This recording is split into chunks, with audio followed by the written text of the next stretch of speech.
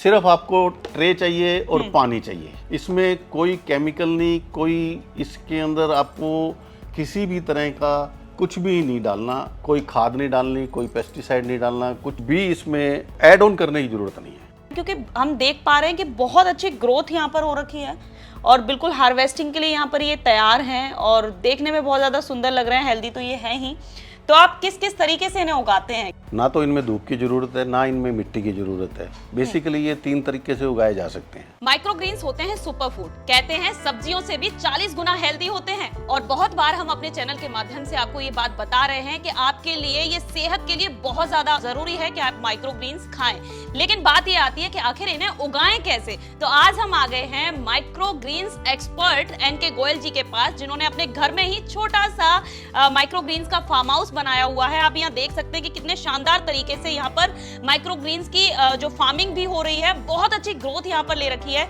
ये तकरीबन 2 तरीके से बहुत ही आसान विधियों से यहाँ पर माइक्रोग्रीन्स उगा रहे हैं। तो आज हम उनसे जानते हैं कि आखिर हम किस तरीके से आसान तरीके से घर पर माइक्रोग्रीन्स उगा सकते हैं। तो ज्यादा देरी न करते हुए मिलते हैं एनके गोयल जी से। इससे पहले यदि अभी तक आपने अपने YouTube चैनल यूनिक फार्मिंग को सब्सक्राइब नहीं किया है तो अभी सब्सक्राइब करें, साथ ही बेल आइकन भी दबाएं ताकि आगे आने वाली वीडियोस की नोटिफिकेशन आपको मिलती रहे। नमस्कार सर। नमस्कार अंजू जी। वैसे आप हमारे चैनल पर कोई नए शख्स हैं नहीं, अब बहुत सारे लोग जी। आपसे परिचित हैं और आपकी जो माइक्रोग्रीन्स उगाने की जो कला है बहुत लोगों को प्रेरित कर रही है। तो असल में आज हम फिर से आपके पास आ गए हैं क्योंकि आपने फ़ायदे बहुत अच्छे बताए और बहुत सारी बीमारियों का आपको छुटकारा मिलना शुरू हो गया है। तो आज मेनली जो हम आपके पास आए हैं वो ये जानने के लिए आए हैं कि आखिरकार इन माइक्रोग्रीन्स को किस तरीके से उगाया जा सकता है। आपने अपने मिनी फार्म हाउस है, नैनो फार्म हाउस, उसमें कौन कौन से माइक्रोग्रीन्स उगा रखे हैं? मैंने सनफ्लावर और रेडिश ये तो मैं उगाता ही उगाता हूँ क्योंकि इनके न्यूट्रिशियस वैल्यू बहुत ज़्यादा होती है। और अभी कल ही रात को मैंने शाम को व्हीट ग्रास हार्वेस्ट की थी और इसके अलावा क्रैश सीड्स, मेथी, ये तीनों तो तैयार ही हो गए। अब उसके अलावा और भी बहुत सी हैं, जैसे चिया सीड्स हैं, अजवाइन है, सौंफ है, बीट रूट, ब्रोकली है और अल्फाल्फा है। ठीक है, तो यानी कई तरीके के आप 7 से 8 तरीके के माइक्रोग्रीन्स फिलहाल ही आपने यहाँ पर उगा रखे हैं और मेरे ख्याल से और बहुत सारे यहाँ पर मुझे डब्बे नजर आ रहे हैं कि प्रोसेस जारी है और मुझे नहीं लगता कि कोई से भी माइक्रोग्रीन्स आप छोड़ने वाले हैं। जिस तरीके के फायदे भी आपने पिछली बार बताए थे, आखिर इनको आपने किस तरीके से उगा रखा है? क्योंकि हम देख पा रहे हैं कि बहुत अच्छी ग्रोथ यहाँ पर हो रखी है और बिल्कुल हार्वेस्टिंग के लिए यहाँ पर ये तैयार हैं और देखने में बहुत ज़्यादा सुंदर लग रहे हैं, हेल्दी तो ये है ही। तो आप किस किस तरीके से इन्हें उगाते हैं? क्या मिट्टी की ज़रूरत पड़ती है? क्या हमें धूप की ज़रूरत पड़ेगी? किस तरीके से आप इन्हें उगाएंगे? ना तो इनमें धूप की ज़रूरत है, ना इनमें मिट्टी की ज़रूरत है। बेसिकली ये 3 तरीके से उगाए जा सकते हैं। हाइड्रोफोनिकली, कोकोपीट में, सैंड में बोल सकते हैं आप। 2 ही चीज़ें ज़्यादा कामयाब हैं इसमें। एक तो आपका ये हाइड्रोफोनिक, ये कोकोपीट में। कोकोपीट में उगाने से थोड़ी केयर कम करनी पड़ती है, पानी चेंज करने की प्रॉब्लम नहीं आती। हाइड्रोफोनिकली आपको दिन में 1 बार पानी चेंज करना पड़ता है, 2 बार इसमें पानी वाटर स्प्रिंकल करना पड़ता है सुबह शाम। ये अपने आप ही उग जाते हैं। मतलब बेसिकली आप ये कह रहे हैं कि ये आपने यहाँ पर ये हाइड्रोपोनिकली उगा रखा है? सिर्फ आपको ट्रे चाहिए और पानी चाहिए। ठीक है। इसमें कोई केमिकल नहीं, कोई इसके अंदर आपको किसी भी तरह का कुछ भी नहीं डालना, कोई खाद नहीं डालनी, कोई पेस्टिसाइड नहीं डालना, कुछ भी इसमें इसको ऐड ऑन करने की ज़रूरत नहीं है। ये अपने आप में ही कंप्लीट है, सिर्फ पानी की मदद से। सिर्फ पानी की मदद से। अरे वाह। और पानी भी आपका आरओ वाटर होना चाहिए, ना कि टैप वाटर। ठीक है, ये सबसे बड़ी बात है। ठीक है। और जो दूसरा प्रोसेस है वो कोकोपीट वाला है। कोकोपीट वाला है। लेकिन आप ये कह रहे हैं कि हाइड्रोपोनिकली जो उगाने का जो तरीका है बहुत इजी है। तो इसको उगाए हुए कितने दिन हो चुके हैं? आज ये 7th डे है इसका। ठीक है, तो मतलब बेसिकली आप कह रहे हैं कि हार्वेस्टिंग का डे है ये आज। ठीक है, तो सर सबसे पहले तो हम इसके प्रोसेस को जान लेते हैं कि क्या विधि है कि आप हाइड्रोपोनिकली किस तरीके से उगाते हैं। जो ये सीड्स हैं उनको पहले 24 आवर्स 12 घंटे से लेके कुछ 24 घंटे के लिए पानी में रात को भिगो के रखने होते हैं। और 24 घंटे के बाद जब वो कुछ हल्के से नरम हो जाएं, जो वो फूल जाएं, प्रॉपर अपनी साइज से बड़े हो जाएं, तो उनको आप सिर्फ ट्रे में डालना है, खाली ट्रे में। और ट्रे में डाल के नीचे पहले आपने एक पेपर बिछा देना है, जैसे नैपकिन है, कोई भी नैपकिन आप ले यूज़ कर सकते हैं। आप नैपकिन को यूज़ करके नैपकिन बिछा के, ताकि वो सीड नीचे ना जाए।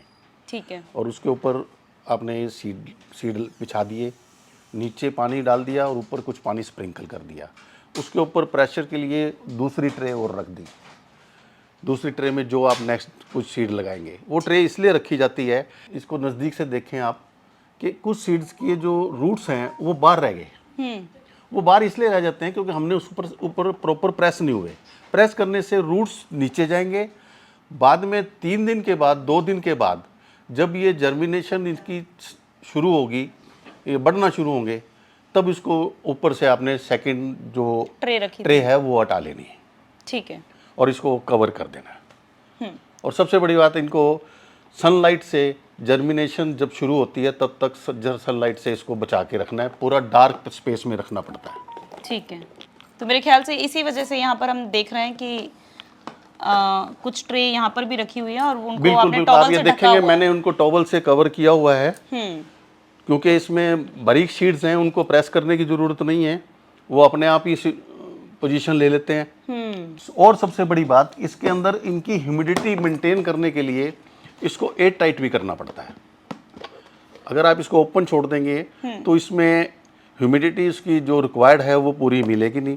इसमें वाटर स्प्रिंकल करने के बाद इसमें ह्यूमिडिटी अपने आप क्रिएट हो जाती है, और इसको आप 24 डिग्री टेम्परेचर से नीचे के एटमॉस्फेयर में रखेंगे तो, और इसको कवर करके रखेंगे डार्क स्पेस में जब तक ये जर्मिनेशन स्टार्ट ना हो। ठीक है। ठीक है। तो यानी ये हाइड्रोपोनिक सिस्टम का ये पूरा तरीका यही है। बिल्कुल। तो आपने बताया कि आपने उसे टॉवल से ढक कर रख दिया है, तो वो कितने दिनों तक रखना है, मतलब सनलाइट से जो जब तक जर्मिनेशन स्टार्ट ना हो। ठीक है। लगभग मोस्ट प्रोबेबली दूसरे या तीसरे दिन इनकी जर्मिनेशन शुरू हो जाती है। तो उसके बाद आप टॉवल उसके बाद इसको टॉवल को हटा दो, लेकिन इसको 4-5 दिन तक कवर करके रखना है ताकि उसका ह्यूमिडिटी बनी रहे। 5 दिन बाद जब ये 2-2 इंच के हो जाएं तो उसके बाद इनका कवर हटा देना है। फिर इनको ओपन एनवायरनमेंट का, ठीक है, बेसिकली धूप में नहीं रखना है, लेकिन आप अपने घर के अंदर हवा मिलती रहे इनको अपने हिसाब से, जो भी आपका ओपन एनवायरनमेंट। ठीक है। हाइड्रोपोनिक सिस्टम के अंदर क्या आप बीच बीच में पानी स्प्रिंकल कर रहे हैं? बिल्कुल बिल्कुल, सुबह शाम 2 वक्त, सुबह शाम 2 बार। सुबह डेली 24 घंटे के बाद इसका पानी चेंज करना है। ट्रे में लगभग आधा इंच पानी रखना है ताकि नीचे जो उसकी रूट्स हैं वो पूरी तरह डिप ना हो। ज़्यादा डिप करने से इसमें फंगस लगने का डर रहता है। ठीक है। तो ये एक तरीका हाइड्रोपोनिक सिस्टम से माइक्रोग्रीन्स उगाने का तरीका सर ने यहाँ पर बता दिया, और मुझे बहुत ही ज़्यादा आसान लगा। इसमें कुछ भी रॉकेट साइंस यहाँ नहीं दिखी है। सिंपली एक नीचे वाली ट्रे के अंदर थोड़ा सा पानी रखना है, ऊपर जो ट्रे है उसके अंदर जो भी सीड्स हैं उन्हें आपको बिछा देना है और ढक देना है, और उन्हें जब तक जर्मिनेशन नहीं हो जाता उतने टाइम तक उन्हें सनलाइट से भी बचाना है, इसीलिए उन्होंने टॉवल से भी ढक कर रखा है। जब जर्मिनेशन हो जाए आप उसे हटा दीजिए। 4 से 5 दिनों के बाद में अच्छे तरीके से, मुझे ऐसा लगता है कि इतना लंबा वो हिस्सा उसका दिखने लग जाएगा, तो वो भी हटा देना चाहिए, कवर अप भी हटा देना चाहिए। 2 इंच का आ जाए, जब इसमें आपको लगे कि पत्ता आना शुरू होने लगा है, तब इसका कवर हटा दे, कवर हटा दे ताकि इसको प्रॉपर एयर मिलती रहे। ठीक है। ठीक है। तो ये हाइड्रोपोनिक सिस्टम हो गया सर। अब हम ना कोकोपीट की तरफ बढ़ते हैं। तो दोस्तों, अगले पार्ट में हम आपको कोकोपीट में माइक्रोग्रीन उगाना सिखाएंगे। कोकोपीट में हाइड्रोपोनिक के मुकाबले जल्दी माइक्रोग्रीन उगता है, इसीलिए पार्ट 2 के लिए जुड़े रहें। इस वीडियो से संबंधित कोई जानकारी पाना चाहते हैं तो कमेंट जरूर करें। Thank you.